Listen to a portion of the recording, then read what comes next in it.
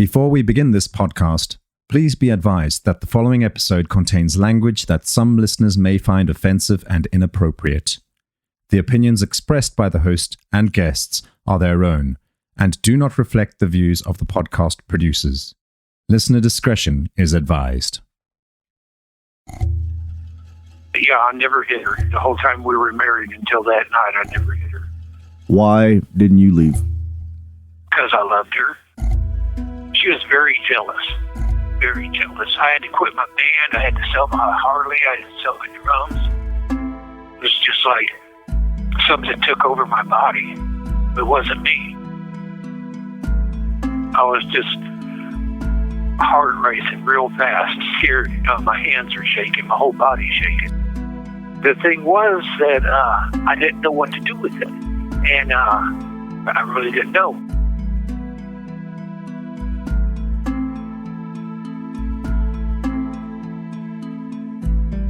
You are now listening to the podcast Voices of a Killer.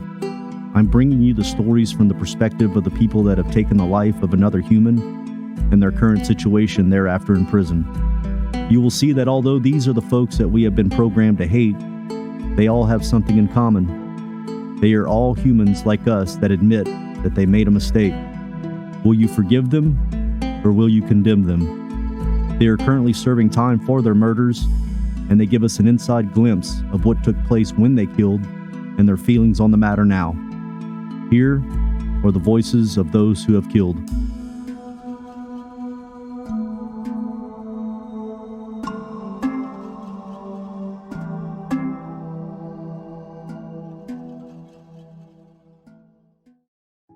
Welcome back to another episode of Voices of a Killer. Today, we're talking to 60-year-old Larry Dinwiddie, a Missouri man who is currently serving 20 years for murder. In just a few moments, you'll hear from Larry himself about how, in 2015, he brutally murdered his wife of 26 years. Larry's story is intriguing for a couple of reasons. Killers are usually quick to dispose of a victim. They might bury the dead body or scatter what remains. But what marks Larry's case apart is his odd choice to hide his wife's body close by for the 4 years he walked free. Additionally, as we scratch the surface of this case, it becomes impossible to separate this murder from the domestic abuse that was constant in their marriage. What drove Larry's actions that night and in the 4 years that followed?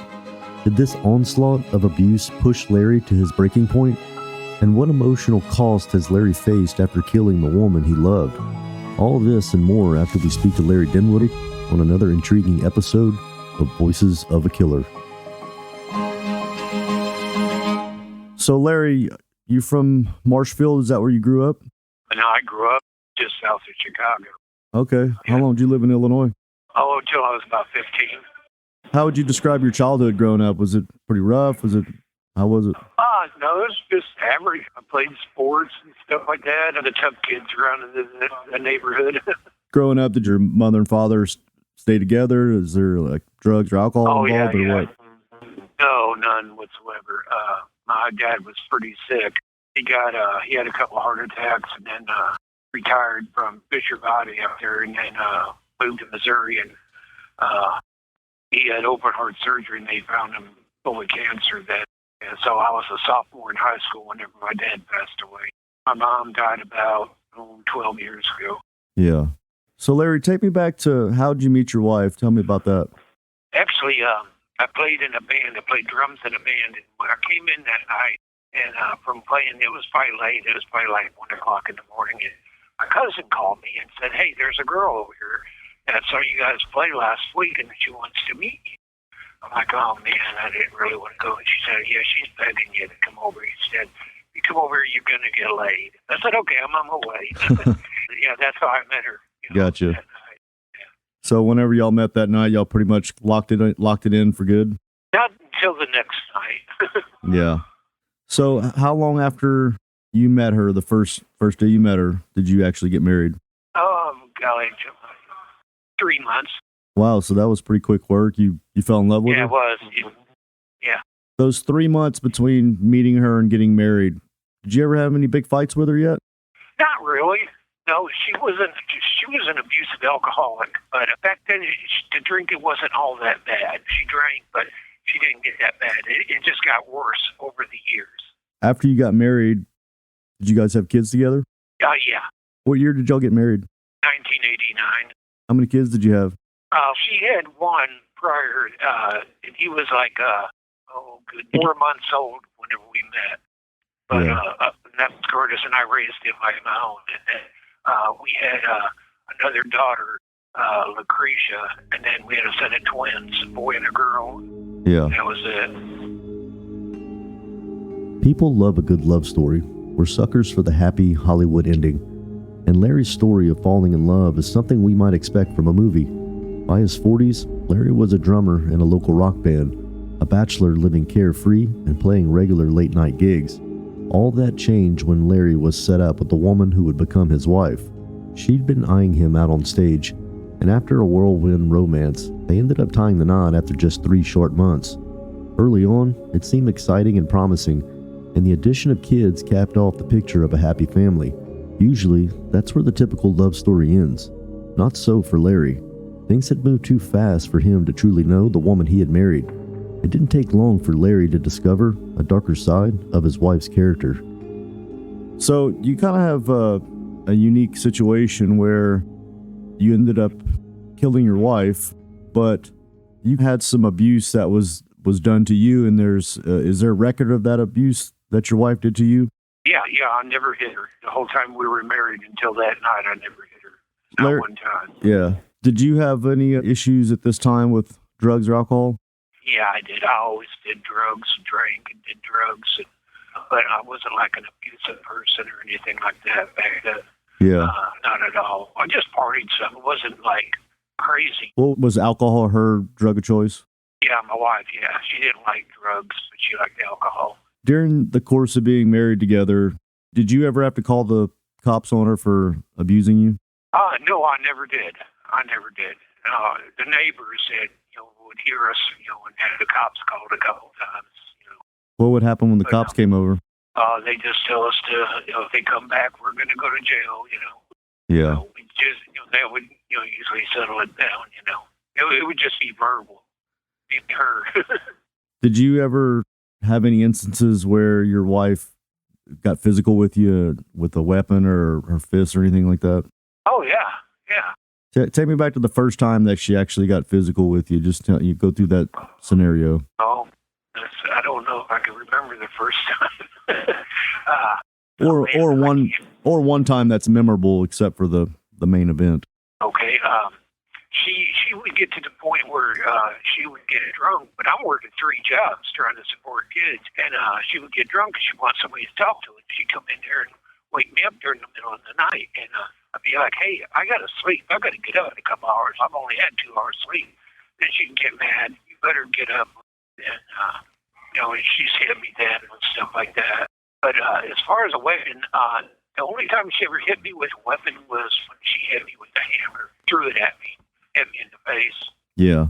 Whenever she would get abusive with you, was there any times that you said, you know what, this is not healthy, it's not going to go away, it's only going to get worse or stay the same? Did you ever think this is the time I need to go ahead and get out of the situation? Oh, yeah. And she told me that if I ever left her, that she would track me down and kill me. Did you believe her? Probably.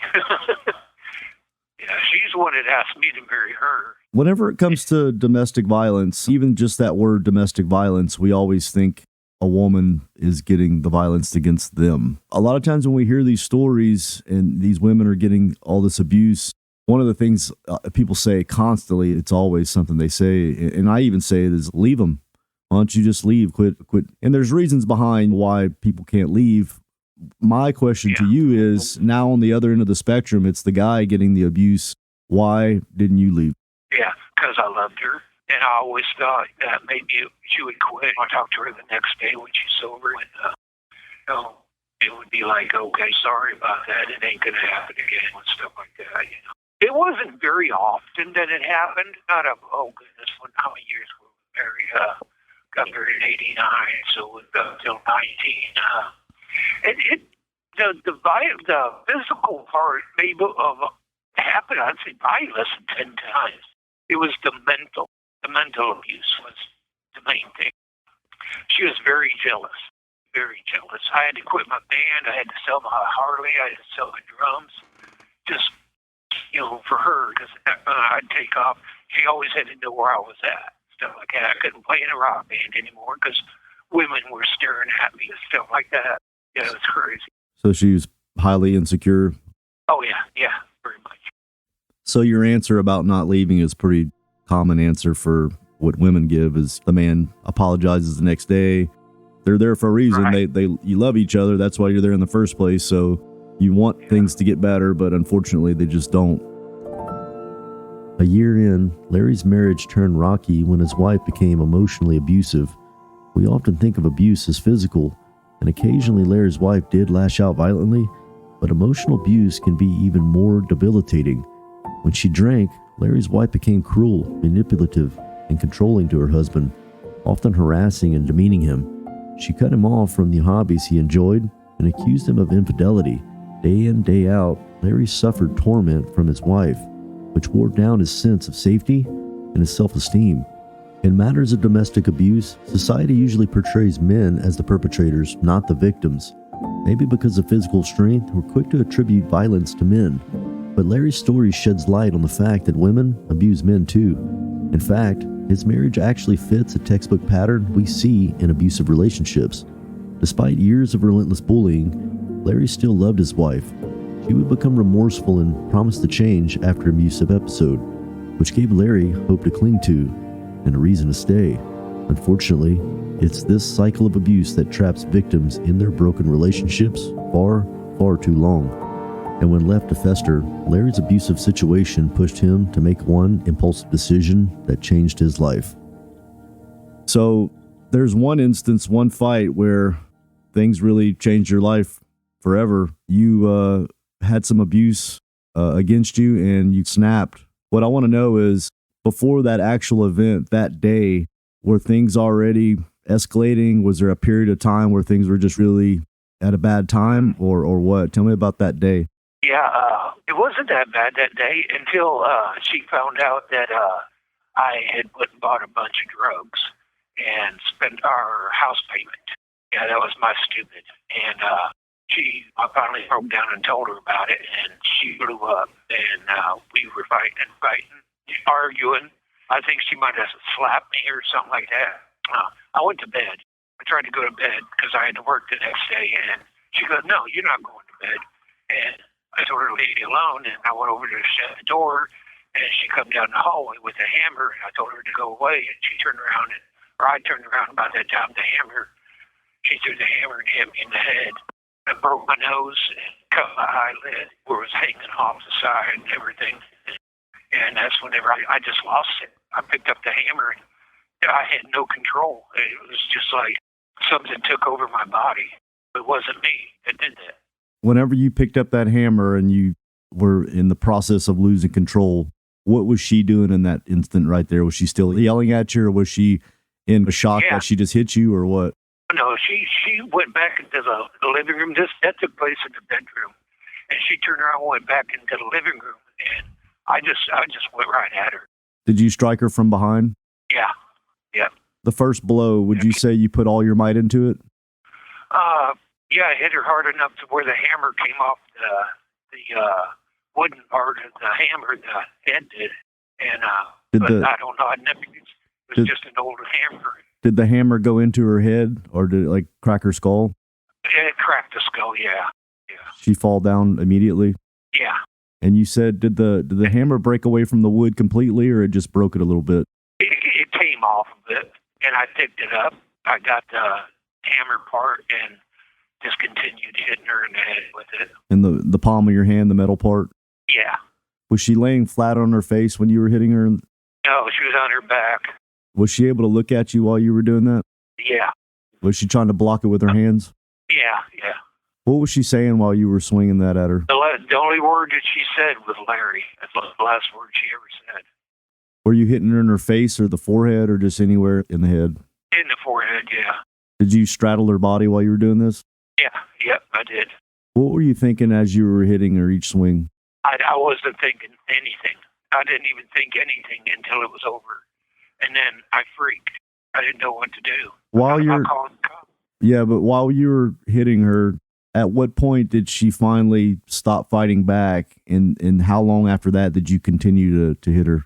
Oh, no, after she quit fighting back, I finally grabbed a hammer and dropped the hammer. And after I'd hit her several times, and there was blood coming out of her head. And she wasn't quite dead yet. That's what she said, Larry. And I grabbed her by the throat with both hands and proceeded to choke her the rest of the way out. You're still straddling her when you're doing this? Yeah. While you're choking her, is she looking at you? No, her eyes had just went back. While you're choking her, trying to finish her off, is it, at this point in the time when you're choking her, is it more, I've gone this far, let me finish, or are you just still into the rage? I didn't even, I wasn't thinking of anything. I had no thought process happening at all right then. Years of abuse reached a breaking point one night at Larry's home. As Larry tells it, the catalyst was one unwise decision. Larry had spent the family's house payment on drugs, and this had provoked an explosive argument between him and his wife. When Larry withdrew to the bedroom, the situation spiraled out of control. His wife flung a hammer into his face, breaking his nose and cutting his eyelid open. At this point, something snapped in Larry. This was the man who had put up with years of his wife's control and manipulation. The anger he had pent up over his marriage erupted at this moment, blinding Larry of his rational thinking. He tackled his wife, striking her repeatedly with the hammer to the point that the handle broke. As he choked her to death, Larry describes being possessed by a wild, unthinking anger. The events he recalls are chaotic and hazy, but he remembers surprising clarity that her last word was Larry. With time, the fog of rage lifted, and Larry was left to confront the reality of what he had done. And once you did finish killing her, did you stay straddled on top of her for a time thinking and just sitting there on her, or did you immediately get off of her? I think I got right off of her. Started thinking about what I was going to do next. Was she moving around like nerves, doing stuff, or was she completely... No, she was limp. She had I wish I would have went through my papers before I called you back. After being frozen in a freezer for, how many years, she still had a very high blood alcohol content. After you realized what you had done and you stand up, what were some of the things that you started to think about what you should do? One of those that you ended up choosing was putting her in a freezer, but I'm sure that there were other scenarios. What were they? Well, I thought about calling the police, and I'm like, no, I can't do that. I'll go to jail, man. I don't want to go to jail. And I thought maybe I could haul her off somewhere. I'll bury her in my yard or something. And I thought, no, people see me and they'll wonder why there's a big... I'm out here during the middle of the night with a shovel. And I thought, shoot, I got to do something for now to prevent her from smelling. I'm going to go ahead and put her in my deep freeze out in the garage until I get an idea what to do. So that's pretty well that. How long after you had killed her did you make that decision? About putting her in the freezer? Yeah. Within the hour. Okay. And where was this freezer? How far from the body was it? This happened in my living room. You would have to go through the kitchen and out the door into the garage. That's where the freezer was at. And the time that you're thinking about what you're going to do, did you cover her up with a blanket? Did you do anything to... Yeah. Oh, yeah. You trying to stop the blood from going everywhere. It was a lot of blood? Yeah, quite a bit, yeah. While you're cleaning all this up, did you ever break down crying or just... yeah, many a time. And so did you I hate what I did. What's her stats? Is she tall, big? Oh, no, she was, she's just average size. It's pretty easy to pick her up and put her in the freezer? Oh, yeah, I'm pretty strong. So once you put her in the freezer, I guess after that, it was just cleanup mode? Yeah. Tell me about that. Was it on carpet? Is it blood on carpet? Or is it... Yeah, it was on carpet, but as soon as I got a plastic bag under her head and everything like that, and got some blankets and wrapped her up in blankets and drug her across the kitchen floor. I drug her into the garage and then put her in the freezer. Yeah. Was there blood dripping the whole way? No, because I had her covered up and everything got wrapped up. So Larry, what was your night like that evening after you killed your wife? Did you? Oh my goodness. I was paranoid. I just kept on doing drugs. What kind of drugs were you doing? Acid. Let's see. I was already on painkillers. What drugs did you go buy to make her mad? Acid. A lot. A lot of acid. A lot of people that do acid, it's not something that causes them issues in life. It's recreational, in other words. It's not really habit forming. It's something you do that most people don't take it and then try to work. So how did that cause you issues, LSD? I was smoking crack and eating the cottons, the three of them together. Yeah. But I turned off my TV after I couldn't decide what to do with her. I was scared, paranoid. So real quick, let me ask you something. Were you tripping on acid when you killed your wife? Yeah. Holy shit. How many hits did you take? A whole 4-way hit, a window pane. Wow. Yeah. This kind of took a little bit of a turn. Let's back up a little bit because LSD is intriguing as it is. What was that like, tripping on LSD and killing someone, if you can explain that, if it's possible? Oh, man. Like I said, I can't describe what I was going through whenever I did it. I have no idea. It was like I hit a blank. And for I don't know how long it took for the whole thing to happen. All I know is I remember the hammer part. I remember the hammer coming apart, and I remember picking it up and hitting her, and I remember strangling her. But I was also on doing a meth, and I was just heart racing real fast, scared. My hands are shaking, my whole body's shaking. So was this, people that know about LSD, it's either two, one of two or both, which is visual or body high. Was it visual? You'd have visual with it. I mean, with this particular, so you were, and I'm just trying to wrap my head around this, to be tripping on acid and kill somebody is just, because I'm already fascinated by someone taking someone else's life, but doing it on LSD is, it brings it to another level. So how much LSD did you have left over when you killed her, and how much crack did you have left over? Oh, golly, I had probably about 40 hits of LSD left. I think I had 40 hits left. Yeah, because I bought 50. I think I had 40 or 41 right in here somewhere. And I had a little under an 8-ball of meth left. So after you killed her, did you take some more acid and do some more drugs? Oh, yeah, yeah. And wow. I got to the point of paranoia. I sat there for 3 days, on my couch, just rocking back and forth. Did you ever go back to the freezer and check on her? Yeah. A lot? Yeah. Did you ever open the freezer and really, like, stare at her for a long period of time? No, not for a long time. Did you ever talk to her after she passed away in the freezer? I don't remember. I really don't remember. But you would actually, be tripping on acid and go back and open the freezer and check on things? Yeah, I checked several times. I don't know if I was actually tripping then or not. Yeah, I was so paranoid. I had my windows full too, my shades full too. Larry's story takes a bizarre turn with the revelation that he was tripping on acid as he murdered his wife. Murder alone can be hard to understand. Now add that to the hallucinogenic effects of LSD and a cocktail of other drugs, and the night becomes even more disturbing. Now, LSD isn't typically associated with aggression or violent crime in the way that a substance like heroin is. While it might have impaired his judgment and loosened his grip on reality, it's unlikely that the acid itself motivated Larry's actions. One thing's for sure, it definitely heightened the murder itself to a whole new level, as well as his paranoia on the days following his wife's death. For 3 long days, Larry sat on the couch in a darkened room in a constant fear of being discovered, grappling with what he had done.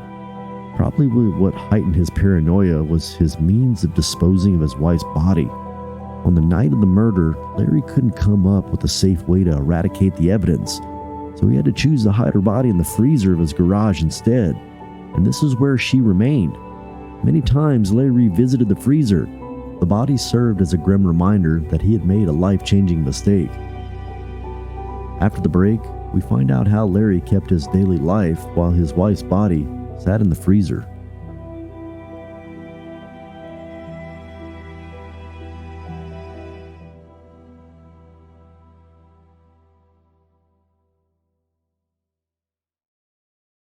So, Larry, now that the deed is done, you probably went through the cycle of going through these drugs, and days pass, days turn into weeks.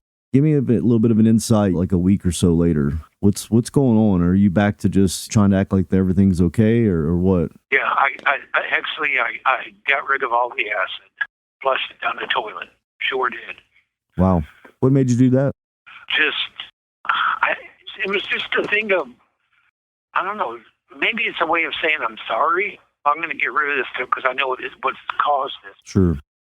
Yeah, something like that. I think it was just being so high so long that I just had enough. So from then on, the only thing that I took was painkillers. That's it, nothing else. So, Larry, there's quite a bit of time that went by from the time that you killed her to the time that they actually busted you. And to my understanding, you can correct me if I'm wrong, but she was never reported missing. 4 years. No, her family didn't have anything to do with her. She had driven her mom and dad to move away. And actually, I believe that she's the reason her mom and dad both had a heart attack and died. Because she would just call them and yell at them and stuff like that. Did you have a job at the time? Yeah. So you were going right after this murder, you're basically going to show back up to work? Yeah. Yep. In the next 4 years, you literally, nobody even knows your wife's dead. What's it like? You go to work, like, how's the wife, Larry? I worked third shift, so, everybody knew that me and her didn't get along. My neighbors couldn't stand her because she was mean to them. She was hateful to them. So, I've had several people ask me, where she's at. And I said, I made her go back to Mississippi where she was from. That's what I told everyone. Yeah. So people were kind of every once in a while asking. Yeah. Even my kids never even asked where she was at because they wouldn't have anything to do with her. Did you stay close to checking the internet, watching the news to see if anything ever came about on the news or anything? No, not really. 4 years passed by. Were there anything that felt like a close call to you, or times over? Yeah, one time I was driving and this girl comes running up to my car and said, "Will you please help me? My boyfriend's trying to get me." I said, "Get in the car real quick." So I got her in the car and she had me drive her way out to the country, some people's house. Okay, I didn't think anything of it. That was done. Okay, I did a good deed for someone. About the next day or the day after that, I got the police showing up at my house. And this was like over a year after this had happened with the murder. So as soon as you saw the police, your heart probably dropped. Oh, yeah. I thought they said that they needed to take me up to the courthouse for questioning. And I said, oh, my goodness. Somebody reported her being gone. So I get up there and they started asking me about this lady who broke out of jail. Oh. And they were booking her in and she broke out of jail. And they had me on camera and they saw her off of surveillance, off of cameras. And they saw me pick her up.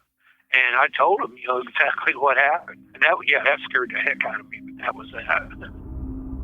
The 4 years following the death of Larry's wife were surreal. Outwardly, Larry kept up the appearance that everything was normal. If anyone asked, he told them his wife had left him and returned to her hometown. However, the garage freezer harbored a terrible secret that haunted Larry every day. His wife's corpse was a daily reminder that he had killed the woman he loved, and the guilt gnawed at him over those 4 years. In a gesture of repentance, he even flushed the leftover drugs down the toilet. After all, they started this whole mess. The sad part of this case is that nobody noticed that Larry's wife was missing. Before her death, she had become estranged from her family and fallen out of contact with her kids, perhaps a reflection of her character. This only made Larry's situation more unsettling. He had committed a terrible act, but there seemed to be absolutely no interest in his wife's disappearance. Once, a chance encounter with a woman fleeing prison gave Larry an unsettling run-in with the police. Discovery, though always a looming possibility, seemed to elude Larry until one day. 4 years is a long time. Now we do get down to year 4. You have her in a freezer, but now this freezer has been since moved from your house to a storage facility? Yeah. When did you move her? The thing is that I was going to get a bobcat, and over at my uncle's house, I was going to dig a ditch out there and used his neighbor's bobcat. That's what kept on taking me so long to do anything, because I never could meet up with the guy. He was always on vacation or out working somewhere, and I started driving a truck, doing over-the-road driving. And so I'm only home 3 days out of the month. The rest of the time, I'm on the highway.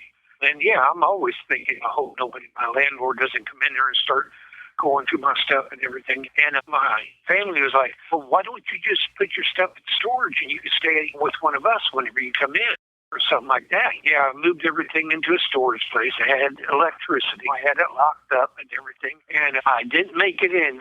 Whenever you moved the freezer, how many years into it was it when you moved the freezer? About 2 years. Did you open up the freezer again then and check? Yeah. Oh, yeah. Yeah.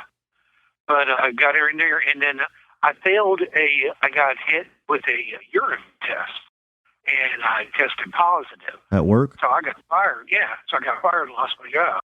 So I ain't got no way to pay my storage bill. I talked to him. I'm like, man, I'm always paying my bill, even a couple months in advance. He goes, yeah, I know. He goes, but we're probably going to move the freezer up into a bigger place so I can have that to rent out to somebody else. I'm like, no, you're not going to do that. He goes, yeah, I pretty well got to. Either that or you take the freezer now. And I said, all right, we'll go with that. But I said, I'll move it. So me and this other guy moved it. And then I still hadn't come up with another job yet. So apparently he had another guy pop it open, and they saw what was in there, called the police immediately. And he calls me and tells me, you got to get over here now and get this freezer and get it out of here. He said, it's stinking. He said, you either get it over here or I'm going to haul it to the dump. I said, okay. So I got somebody to help me to go get the freezer, and I don't know what I'm going to do with it. But we get over there, and it was a setup. The cops were already there. I drove by earlier, and there were no cop cars around, so I figured it was okay to go there. So we get there, and I walk in there, and cops just surrounded me. Yeah. Yeah, that was that. It was a relief. It really was. It was a big relief. Was it? Yeah. I've heard that before. So big relief. My question to you is, like, the time that they're putting pressure on you to move this freezer around, that didn't freak you out that somebody else was going to be, you didn't try to spend the next waking hours just trying to get that freezer out of that place altogether? The thing was that I didn't know what to do with it. And I really didn't know. But as far as I knew, we were going to just move it to this other part, a bigger garage, plug it in. That's what we did. Everything was okay. No questions or anything. So whenever they arrested you, did you immediately say, yes, this is all what happened, or did you try to lie at first? No, I told them the truth. You told them, yep. Just like you told me? Yep. And my lawyer said that I should have never said anything. Sure. But I did. I knew the day was going to come eventually. Yeah, it's really, people just don't get away with that kind of stuff, especially when you're connected to that person like that. But it's amazing that you were able to get away with that for 4 years and people weren't. Where's your wife? Yep. They were, but not enough to cause you to get caught. Right. Oh, and I told the judge, I said, I'm ready to accept whatever you give me. I said, I had no right to take somebody else's life. And I said, and it's killing me a little bit every day of my life. I said, that was my wife. I loved her. I said, yeah, we had our ups and downs. I said, but I had no right to do what I did. And I said, whatever you feel like giving me, I said, I'm good with it. Larry's 4-year-long ordeal came to an end when he called to retrieve his freezer from a storage unit. Years earlier, he'd placed the freezer there as a temporary measure. He'd intended to be a place to store his wife's body until he could make other arrangements to bury her. Now, after missing multiple payments on the unit, Larry's time was up. In a planned setup, Larry was called in to relocate the freezer, and the police swiftly ambushed him. To Larry, this was a big relief. Getting caught actually lifted the burden he'd been living under for the past 4 years. He confessed the unfiltered truth and pleaded guilty at his trial. As he told the judge, the guilt has tormented him every day of his life, and he deeply regrets taking the life of the woman he loved. But Larry's story makes us wonder, how did his abusive relationship influence his actions? While abuse doesn't justify taking somebody's life, Larry felt trapped and humiliated, and this was a key motivating factor when he picked up the hammer. Larry had no prior history of violence. His stepson attested that he knew Larry to be a decent, patient guy who suffered from abuse for all 20 years of his marriage. So when calculating Larry's sentence, it's likely that the judge considered Larry's abuse a mitigating factor to lessen Larry's time behind bars. Ultimately, Larry is a cautionary tale about staying in an abusive relationship, especially for men who might be afraid to be labeled a victim. Bringing to light stories like Larry's can help victims to recognize abusive patterns in their own lives and escape before a situation escalates to violence, like Larry's sadly did. What did the judge say to that when you told him that? He said it was a very sad situation. He said it was so sad, and he said the prosecuting attorney wanted me to get 20 to life. Is what he wanted me to get, and the judge just gave me the 20. Yeah, which I got lucky with that. Yeah, it's unfortunate that people can be together, love each other, and then there's domestic violence where whatever makes us do those things, people do it. Right. And it's hard to get out of those situations because, you're with them for a reason. It's because you love them. And you don't want to break that tie, yet staying together means more violence. And it's just it's a big problem everywhere. But it sucks that happened to you. How's prison been for you? Oh, okay. It's a lot better than county jail. I'm sure. Yeah, I'm dealing with it. Do you have support on the outside? Not really. Not very much. Yeah, I just pretty well live on my state tip. Yeah. And it makes it hard. Have you gotten anybody reach out to you that's friends or family of the victim, hate mail or anything? No, nothing. No. Yeah, all her family was down in Mississippi beside our children. And I've talked to them several times, but not a whole lot. So what do you think the answer is to somebody that's in love with somebody, but they're being abused? Obviously, they love them, they want to stay, but if they do stay, then that means more abuse. What is your answer to that? Oh, my goodness. I think comes a time where you have to just say, okay, listen, it's going to have to stop now or I'm going to have to leave. And if it's that bad to where you got somebody that will threaten to kill you over you leaving, you're just going to have to probably just hide somewhere. Or I don't know, it's so many different ways you could go on that. Call the police. But it sounds like the answer is to put your foot down and get out of the situation, which I think that most professionals would agree with that. Larry, I appreciate you opening up to me today. Okay. And I hope everything works out for you for your time in prison. And so I appreciate it, man. Right. I'll talk to you some other time. If you need something, give me a holler, okay? Okay, cool. Yep. All right, man. I do appreciate that.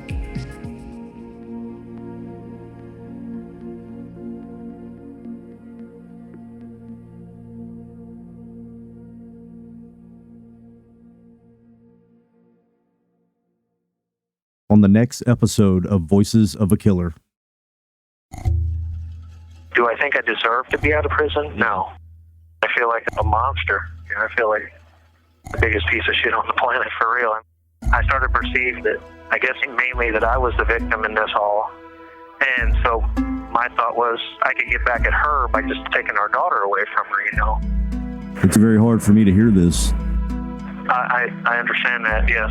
The love for your daughter did not overcome the hate for your wife at the time? And there's some stuff in your story that's come back that you're not being completely honest with us. And I was just trying to hide the fact that I was the one responsible for it. That's a wrap on this episode of Voices of a Killer. I want to thank Larry for sharing his story with us today. His ability to be open and honest is what makes this podcast so special. If you would like to listen to the raw recordings of these interviews, you can visit patreon.com/voicesofakiller. By becoming a patron, you can access not only this, but hours of bonus recordings, correspondence, and you can contribute to the way the show is produced. A big shout out to Sonic Futures, who handled the production, audio editing, music licensing, and promotion of this podcast. If you want to hear more episodes like this one, make sure to visit our website at voicesofakiller.com. There you can find previous episodes, transcripts, and additional information about the podcast. Lastly, if you enjoyed this episode, please consider leaving us a review on Spotify, Apple Podcasts, or wherever you get your podcasts. Your feedback helps us improve and reach new listeners. Thank you for your support, and we can't wait to share more stories with you in the future. Thank you for tuning in. I'm your host, Toby, and we'll see you next time on Voices of a Killer.